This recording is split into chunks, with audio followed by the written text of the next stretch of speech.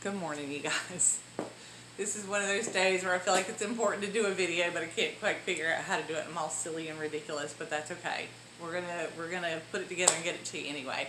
Why do I do these little videos? It was a really good way to stay in touch with you guys during the pandemic when my store of now in our 12th year could not be open, and to kind of help explain pieces and parts of the book that feels very important to me that I wrote during the pandemic at the request of Carol Pearson, my wonderful publisher and creator of the series 10 Little Rules. So actually the title 10 Little Rules for Mermaids, interestingly enough, was hers from apparently, I think, and Carol correct me if I'm wrong, like an ongoing thought process for a number of years.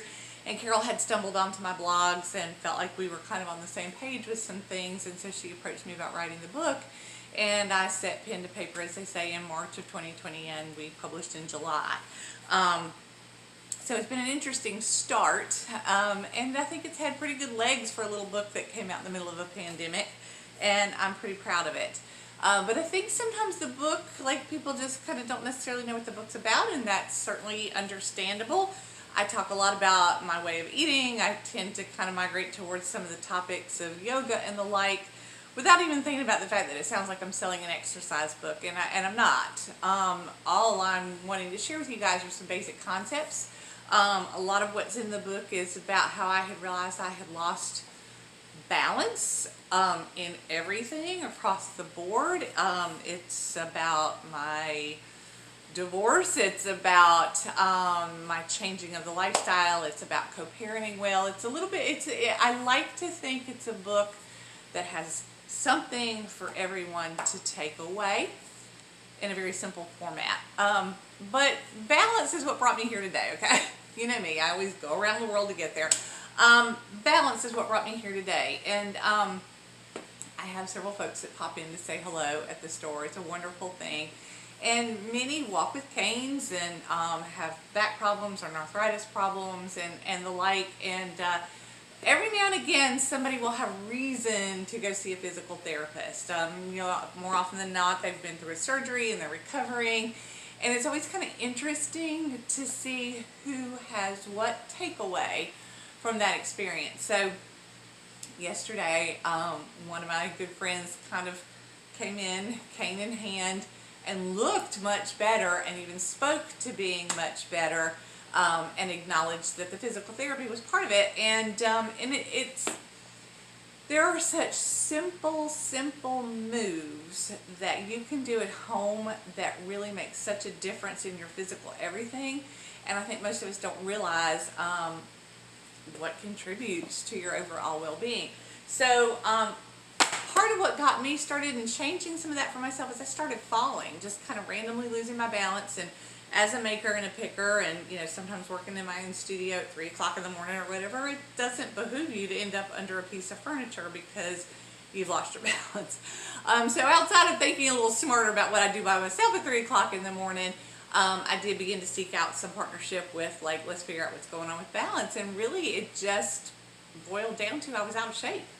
So one of the first things that brought that to light was going to this class, and the class was for balance. And you'll find yoga for balance classes, you'll find exercise for balance classes. I mean, I knew I was not in great physical shape, but I had no idea my balance was so bad until she said, stand on one leg.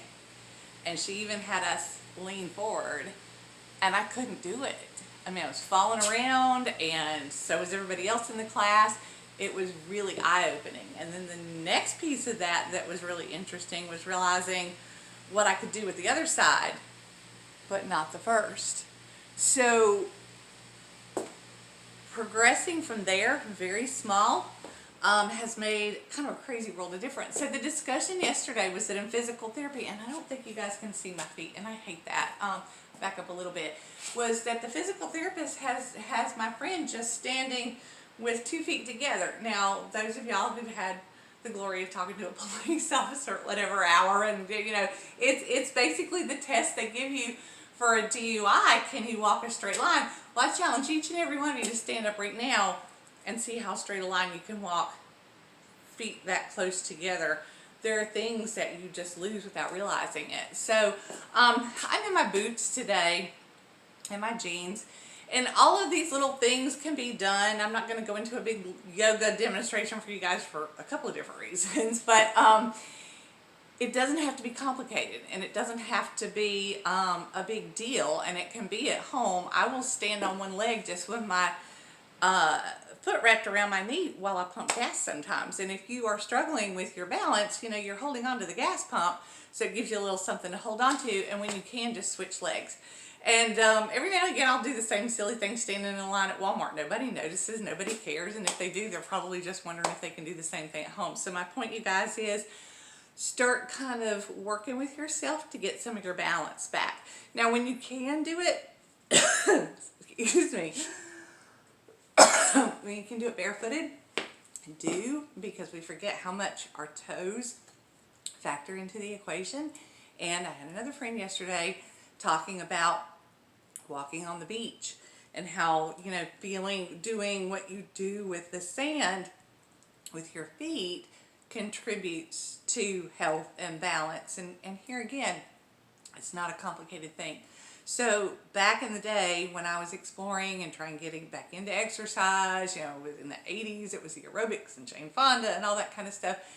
Everything I launched into was too big and over the top for me. It was very hard for me to stick with because I felt like I could go from 0 to 60 in no time. And, you know, that really just is not always realistic. So get out there and do something, you guys. Get out there and walk barefooted when you can, stand on one leg, and, you know, just some of those little things that we do as kids. You know, they say we stop playing as adults, and that's when we're not healthy. So just stretch. And when I tease my daddy sometimes about, you know, staying in shape or whatever, he'll say, I know. I was in the military, Pumpkin. I know to do my deep knee bends, and he does. And he's, you know, pushing 80. Sorry, pop. Pushing 80, and he's in great shape because he does what the military taught him to do each morning. So it doesn't have to be yoga, and I don't have to keep nattering. But take care of you, and I'll see you when you get here.